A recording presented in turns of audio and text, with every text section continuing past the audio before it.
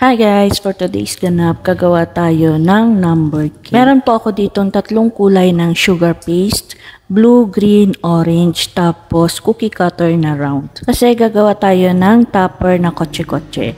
Wala kasi akong molder o cutter ng kotse-kotse na kuba, kaya ayan, yung round cookie cutter yung gagamitin. Kaya naman ng mano-mano, nagagawa naman yan ng paraan. Kaya yan, minano-mano ko na lang sa tulong ng ating round cutter. Yung shape na yan is napaka-importante para sa akin kasi dahil sa shape na yan, nakagawa ako ng maraming cake topper. Meron naman nabibiling cookie cutter na pang kotse-kotse, kaso mas pinili kong mano-mano na lang kasi sa dami na ng aking molder, hindi ko na alam kung saan ko ilalagay. Yung iba nadodoble ko pang bilhin. Tapos yung iba naka-plastic pa at hindi ko pa talaga nagagamit. So yun, nakatambak. Pero ang sarap din minsan sa pakiramdam yung nakakabili tayo ng ating mga baking tools pagkatapos ng mahaba-habang pagod sa paggawa ng maraming cake. Kumbaga nakakawala siya ng pagod, ganun. So ayan, nagcut na ako ng para sa gulong at yung window ng ating kotse-kotse. Bali, brush lang ng konting tubig, saka natin ilalagay yung mga window. Tapos sabay na rin natin ilagay yung ating mga gulong.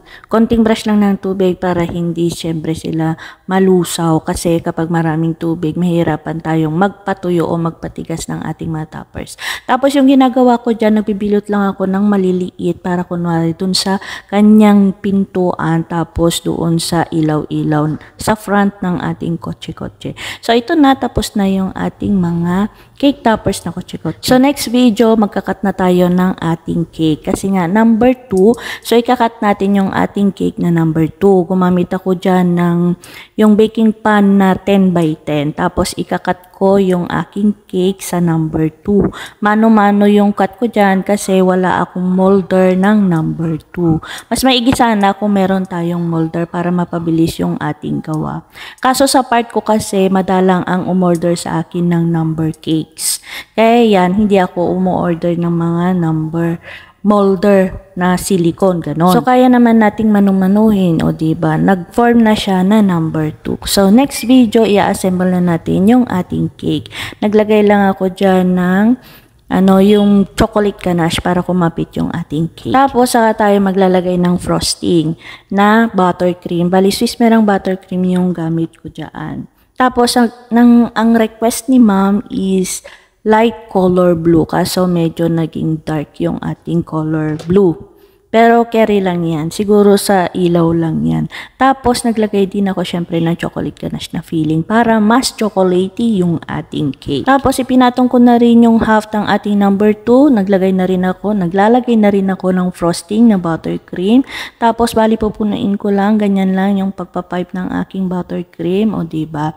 Tapos fast forward yan, kaya ganyan yan kabilis. Kasi pag hindi ko i-fast forward yan, napakabagal.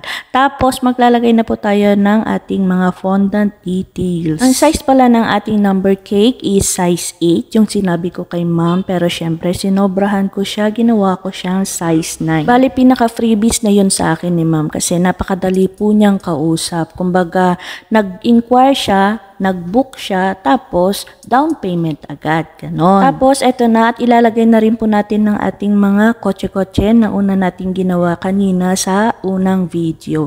Hindi ko na yan siya nilagyan ng stick, basta idinikit ko na lang o ipinatong ko na lang siyang ganyan. Tapos ito naman yung ginawa kong happy birthday Uno. Bali si Baby Uno. Uno yung pangalan ng ating celebrant. O diba, natapos na ulit ang ating number cake na customized. At eto na nga yung kanyang final look. O diba, napaka-cute ulit ng ating cake. Bali yung happy birthday pala is meron akong silicone molder nyon. Kita nyo naman diba, ang ganda-ganda ng kanyang font. So hanggang dito na lamang po ulit ang ating munting vlog. Thank you for watching. Till next video. Bye!